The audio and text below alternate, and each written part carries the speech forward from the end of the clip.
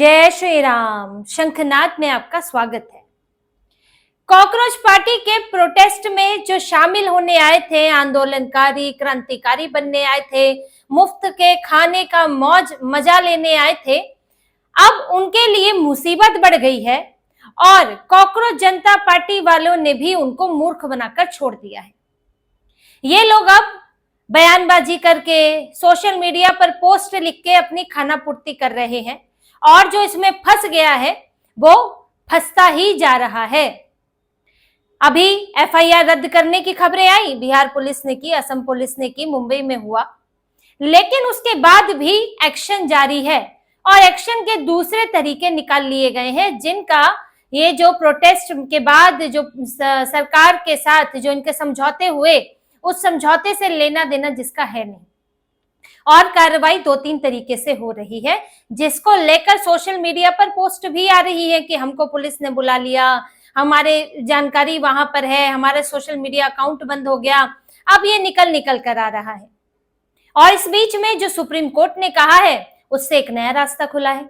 देखिए कैसे जांच चल रही है। अभी दिल्ली पुलिस ने सभी जो सोशल मीडिया प्लेटफॉर्म है, जिसमें मुख्य तौर पर है एक्स है, इंस्टाग्राम है, फेसबुक है, या इनको लेटर लिखा है और जिन्होंने भी आपत्तिजनक पोस्ट डाली है, गालीबाज की पोस्ट, गालियां देते हुए पोस्ट डाली हैं, या फिर फेक वीडियो शेयर किए, जैसे धर्मेंद्र प्रधान के भी फेक वीडियो चल रहे थे, पीएम मोदी का फेक वीडियो, तो ये फेक वीडियो जिन जिन अकाउंट्स ने डाला है, उसको प्रमोट किया है, उनकी डिटेल मांगी गई है सोशल मीडिया कंपनियों से और साथ में पूरा यूजर की जानकारी भी मांगी गई है।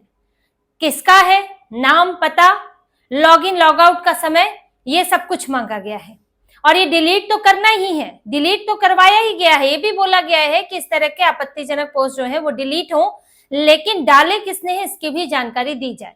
अब जानकारी खाली कागजों में लिखने के लिए तो मांगी नहीं जा रही है।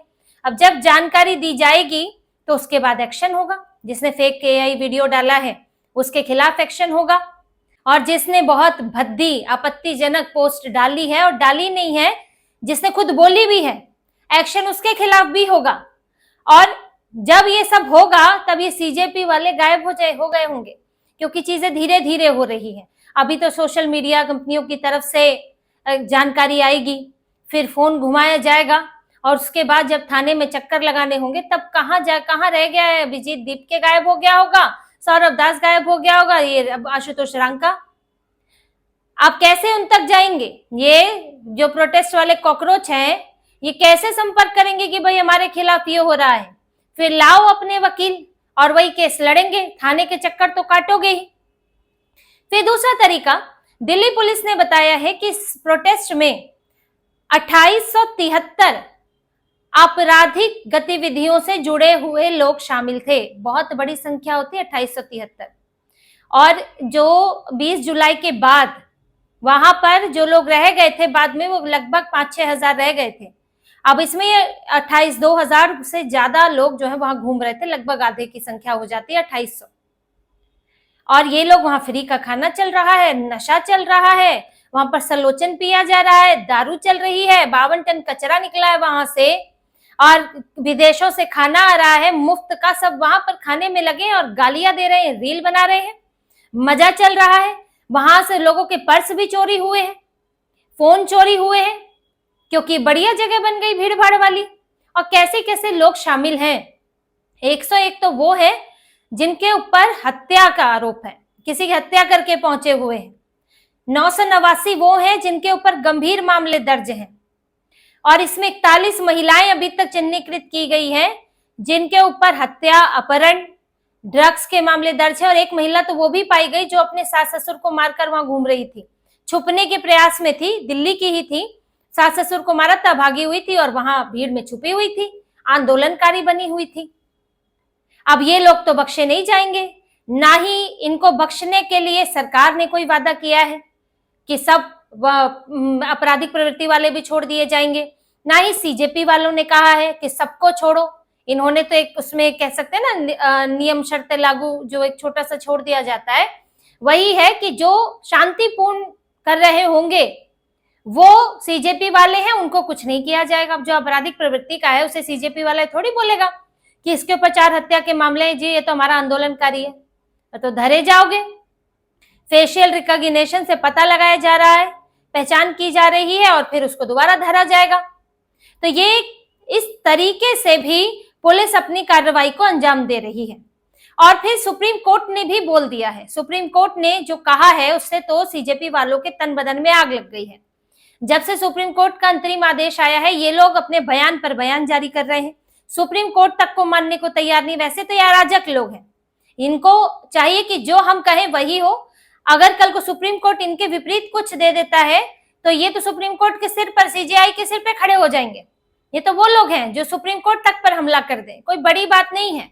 ये वामपंथियों की तो आदत ही यही है, इनको जब तक इनका शासन, इनको चाहिए कि हमारा शासन आए हर जगह, जब तक हमारा शासन नहीं आएगा हम अराजकता फैलाएंगे, खून बहाएंगे। ये वामपंथियों की यही विचारधारा रही है। तो खैर, सुप्रीम कोर्ट ने इस मामले में 2-3 बातें कही थी। एक तो कहा कि भाई 18 साल से कम उम्र वाले तुरंत छोड़े जाएं। अब ये तो वैसे भी इनकी शर्तों में शामिल था तो छोड़ा गया। और फिर कहा गया सारे एविडेंस रखे जाएं 5-6 राज्यों से, जिनमें केरल भी शामिल है, क्योंकि वहां भी डंडे वहां भी बरसाए गए हैं। राहुल गांधी भले इधर हंगामा कर ले, केरल सरकार ने भी सीजेपी वालों पर, खास वामपंथी थे उनके ऊपर डंडे बरसाए हैं। तो 5 राज्यों से जवाब मांगा है इसे लेकर। और साथ में कोर्ट ने, जो इनके लिए सबसे बड़ी परेशानी बना है, कोर्ट ने ये नहीं कहा कि एफआईआर रद्द हो। सुप्रीम कोर्ट की तरफ से आदेश नहीं है कि एफआईआर रद्द हो, और बल्कि कहा है कि जो अभी जांच चल रही है उसे उसी तरह आगे जारी रखा जाए। साथ ही जो आपराधिक प्रवृत्ति वाले हैं, आपराधिक गतिविधियों से जुड़े हुए हैं, उनके खिलाफ जांच चलेगी, उनको रिहा नहीं किया जाएगा। तो सुप्रीम कोर्ट ने जो ये आखिरी बात कही है और एफआईआर रद्द नहीं की और कहा है कि जांच उसी तरह चले, अब इस पर सौरभ दास, अभिजीत दीप के बिदके हुए हैं, इनके बयान आए। इनका कहना है कि सरकार कल को इसे आधार बनाकर एफआईआर जो है वो वापस जारी रख सकती है, क्योंकि सुप्रीम कोर्ट ने नहीं कहा कि एफआईआर रद्द करो। तो सरकार इसका फायदा उठा सकती है और इससे सीजेपी वालों पर कार्रवाई हो सकती है। तो सुप्रीम कोर्ट चाहे कोई भी फैसला दे, जो हमारा समझौता हुआ था उसके हिसाब से ही चलना चाहिए। मैंने कहा ना, ये सुप्रीम कोर्ट को भी नहीं मानते, ये किसी को नहीं मानते है वामपंथी। अभिजीत दीप के भी दोबारा आंदोलन की धमकी दे रहा है। अब ये पार्टी करने वाले क्या आंदोलन करेंगे दोबारा? इनका मकसद जो था वो तो पूरा हो गया।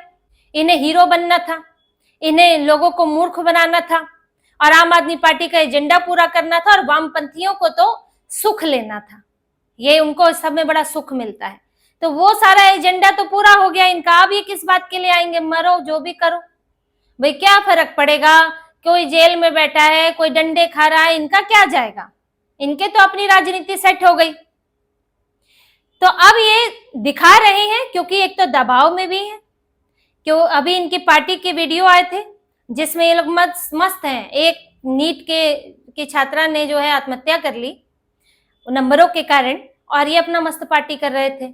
यहाँ डंडे खा रहे हैं, यहाँ पुलिस जो है हिरासत में पड़े हुए हैं कई, और ये लोग अपने जो मजा कर रहे हैं। जब इनके ये पार्टी के वीडियो चले तो इसके बाद ये बैकफुट पर आए। फिर सुप्रीम कोर्ट का जो बयान आया, जो अंतरिम आदेश आया, उसके बाद इन्होंने धड़ाधड़ जो है पोस्ट करने शुरू किए। लेकिन देखिए, खास काम आने वाला है नहीं। जो बिहार पुलिस की तरफ से, असम पुलिस की तरफ से, महाराष्ट्र पुलिस की तरफ से जो चीजें जो जारी हुई है वो अपनी जगह है, लेकिन जांच रुकी नहीं है। और जो जो इसमें फंसेगा उसे सीजेपी वो भी नहीं बचा पाएगी। और साथ ही देखिए, अब रिटायर्ड पुलिस कर्मियों का एक एसोसिएशन है, वो अब जंतर मंतर पर विरोध प्रदर्शन करने वाला है। उनका कहना है कि जो पुलिस वालों पर हमले हुए हैं, हम उसके खिलाफ विरोध प्रदर्शन करेंगे, क्योंकि पुलिस वालों को सिंगल घेर कर मारा गया। एक भीड़ की बात अलग होती है कि आप भीड़ में, चलो पत्थरबाजी वहां से चल रही है, यहाँ से डंडे चल रहे हैं, एक आवेग होता है दोनों तरफ से। लेकिन अगर आप सोच समझकर पुलिस वालों को घेर कर मारते हो, तो एक तो आप पुलिस को डराने की कोशिश कर रहे हो, दूसरी बात आप कानून हाथ में ले रहे हो, और पुलिस वाले को एक पर्सनल आप उसके साथ दुश्मनी निकाल रहे हो। वो अपनी ड्यूटी कर रहा है, उसकी आपसे निजी दुश्मनी नहीं है। आप ही सड़क पे घायल होगे, आपकी कोई मारपिटाई होगी, तो आप उसी पुलिस वाले के पास आओगे, वही सुलझाएगा। वो ये नहीं देखेगा अरे ये तो उस प्रोटेस्ट में था। लेकिन आपने देखा कि वो उस प्रोटेस्ट में था, पुलिस वालों को पकड़ कर मारा। और अब इनके खिलाफ एक्शन बहुत जरूरी है, तो इसीलिए जो रिटायर्ड पुलिस ऑफिसर्स हैं उन्होंने अपना ये विरोध प्रदर्शन 1 दिन का है, उसके लिए इन्होंने परमिशन मांगी है और विरोध प्रदर्शन होगा।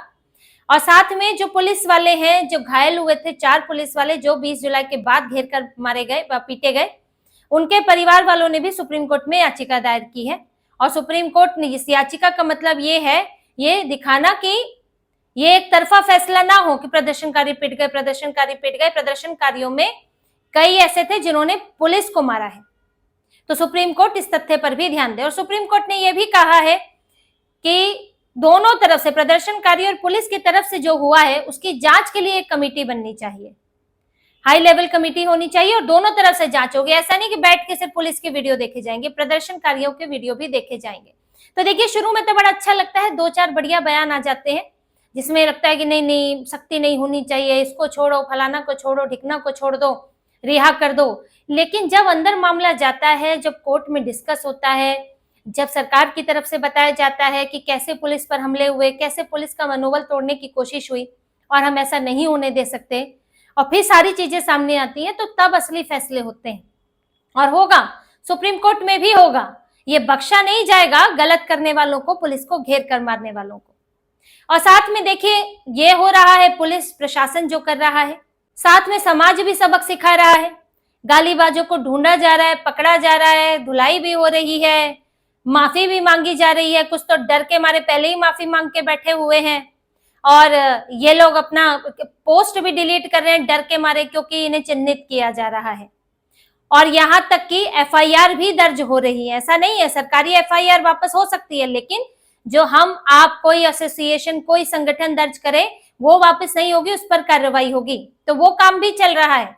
और माफी जिस तरह से मांगी जा रही है, ये दिख रहा है कि कितना अंदर खौफ भर चुका है। और ये जो इन्होंने, उस वक्त भीड़ में बड़ी ताकत महसूस होती है ना, अब इन्हें जब दूसरी भीड़ घेर रही है तो हकीकत नजर आ रही है। तो प्रोटेस्ट पर अब भी एक्शन जारी है और 2 तरफा एक्शन चल रहा है, पुलिस का एक्शन भी, जनता का एक्शन भी। और जिन्होंने यहाँ गलत काम किए हैं उनके लिए ये जिंदगी भर का सबक होने वाला है। तो इसी तरह की और खबरें और विश्लेषण आपके लिए लाते रहेंगे, हमसे जुड़े रहिए, सब्सक्राइब कीजिए, कमेंट कीजिए। बहुत बहुत धन्यवाद। जय श्री राम।